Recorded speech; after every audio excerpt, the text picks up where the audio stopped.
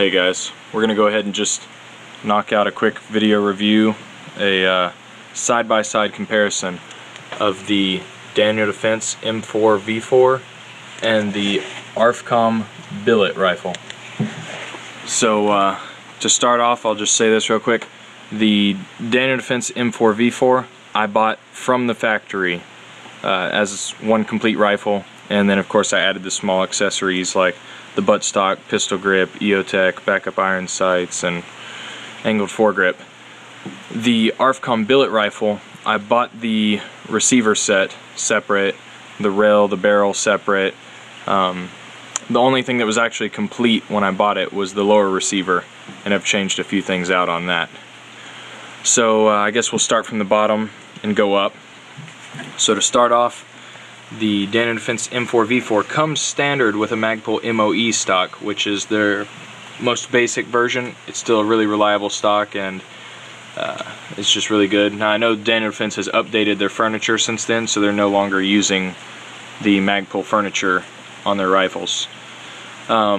This is the Magpul CTR stock. It's basically the same as the Magpul MOE, except it has an added QD swivel and a locking mechanism that keeps the stock from wobbling on your receiver extension there. Now I have added the enhanced butt pad, and that's about it. It's OD green, if you cannot tell. Now moving over to the ARFCOM rifle, this is the Magpul UBR, which is, I believe, the utility battle rifle stock, and I'm not positive what the CTR stood for. The UBR also has the enhanced butt pad that I have added, and then it comes with two doors that are on hinges that'll open right here. I took the doors off. I didn't see a use for them. I wasn't going to keep anything in there. I've added the Magpul strike plate, and I changed out the original QD swivel socket on the UBR for this new one from I believe it's Impact Weapons Components, and the original one has two QD swivels, one on each side of this little piece here. This one puts it straight at the bottom, so you don't have to switch it out if you want to switch sides of the weapon. The UBR is a really solid stock. It is heavy, but I think the weight counterbalances the barrel, so it makes the rifle really comfortable. And to be honest, just to throw this out there real quick, the Daniel Defense M4 V4 here was, I believe when I weighed it, 7.8 pounds, and the ARFCOM billet rifle, which is significantly bigger, and of course billet's normally heavier, and the UBR is considered heavy, but the ARFCOM billet is only 8.6 pounds, so not even a full pound heavier, and you've got a lot of extra features. Anyways, moving on,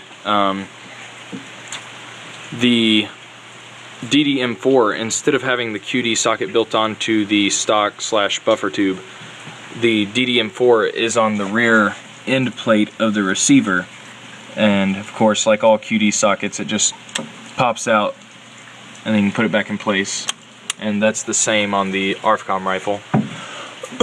Both rifles are using the Magpul Myad pistol grip, which you can change the shape and size to fit your hand.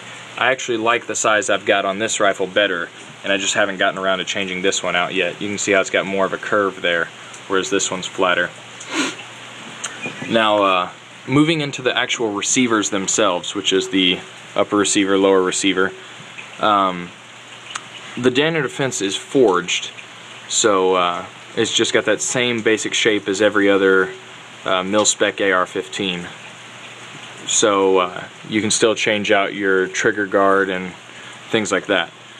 The ARFCOM billet set is made out of one solid block of aluminum. So they take a solid block of aluminum and mill out the upper receiver, and a solid block of aluminum and mill out the lower receiver. That's why you have features like the built-in trigger guard, and you'll notice most billet receivers are a whole lot more jagged and such. Really, unless you're putting the gun through a lot of stress like fully automatic fire, I don't see an enhancement that the billet receiver brings. It's mostly just aesthetics. So that's about that. I think I've mentioned in another video that this lower receiver is actually modeled after the Magpul lower receiver that they made very few of. The ARFCOM bought the rights to it and they're producing it now. And then that's their matching upper receiver that they designed later. Anyways, moving on. The charging handle on both rifles is the Raptor charging handle, which was designed by AXTS and it is produced by Rainier Arms. Really efficient charging handle. It's designed to be ambidextrous. I show that in some of my other videos. The backup iron sights, the rear backup iron sights I should say, on the DDM4 V4, it is the M-Bus, just the Magpul M-Bus Gen 2.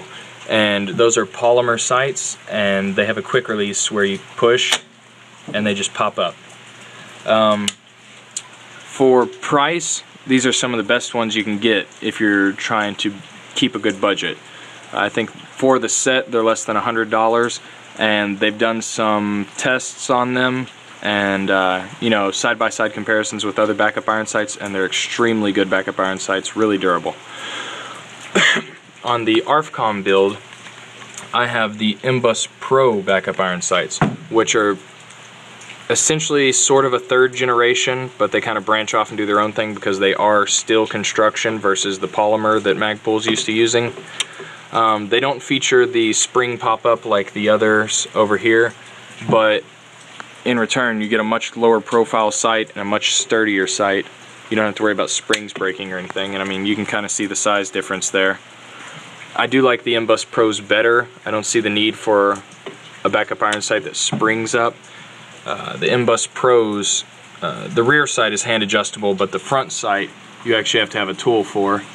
And I believe I just called those the M-Bus Pros, but those are just the M-Bus Gen 2s. I'm sorry about that. The M-Bus Pros are hand adjustable, so no tools required to use those.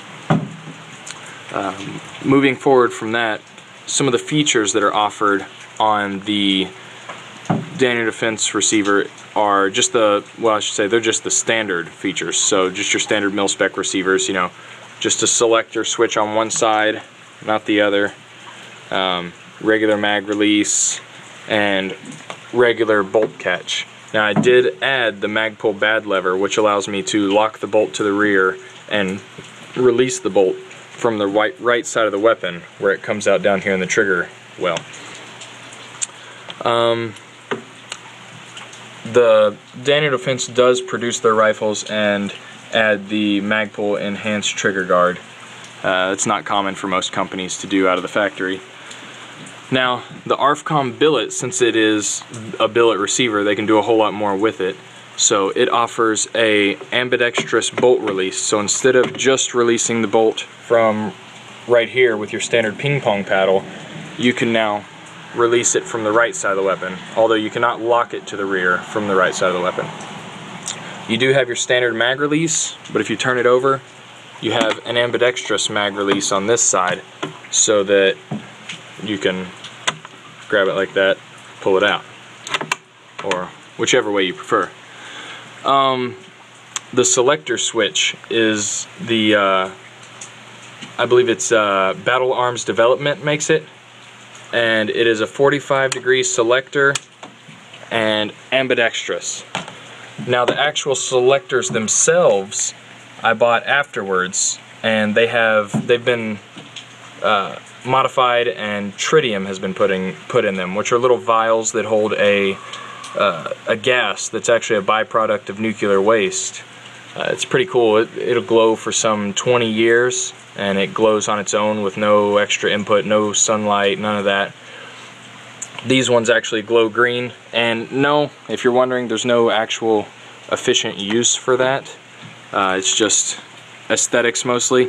And I guess I take that back. The guy who sold them to me, he markets them as they're a good way to find your rifle in the dark if you have it sitting in the corner of your room at nighttime and you want to get up out of bed and know where that rifle is. You can find it very quickly, and I could see that being a good use. But in the woods, I don't see a good purpose for it, especially if other people are looking for you it's an easier way to spot you. But I mostly just have them on there because they're interesting, and to me they're aesthetically appealing. Moving on from that, the trigger in the Daniel Defense is your standard mil-spec trigger, so it's got kind of a heavy pull to it, and it's not very crisp. I mean, it's a good trigger for a mil-spec trigger, but it's nothing fancy for a normal trigger. And the one over here on the ARFCOM billet rifle, which comes standard through ARFCOM, is the Geisley S3G trigger. It's a 2-stage trigger with a kind of heavy long pull at the beginning, and then second stage is just real crisp and fast and lightweight. Moving on from that, we'll go into the optics. The one on the Daniel Defense is EOTech's most basic model, their 512. It uses AA batteries and does not offer night vision capabilities. I'll try to see if you can see the reticle in there. I don't know if you'll be able to or not. Okay, you can see it there. But it does not offer night vision, or night vision compatibility, I should say. I did have the hood removed and Cerakoted Magpul OD green to match the furniture. I had that done at Black Dove Customs in Shelbyville, Kentucky.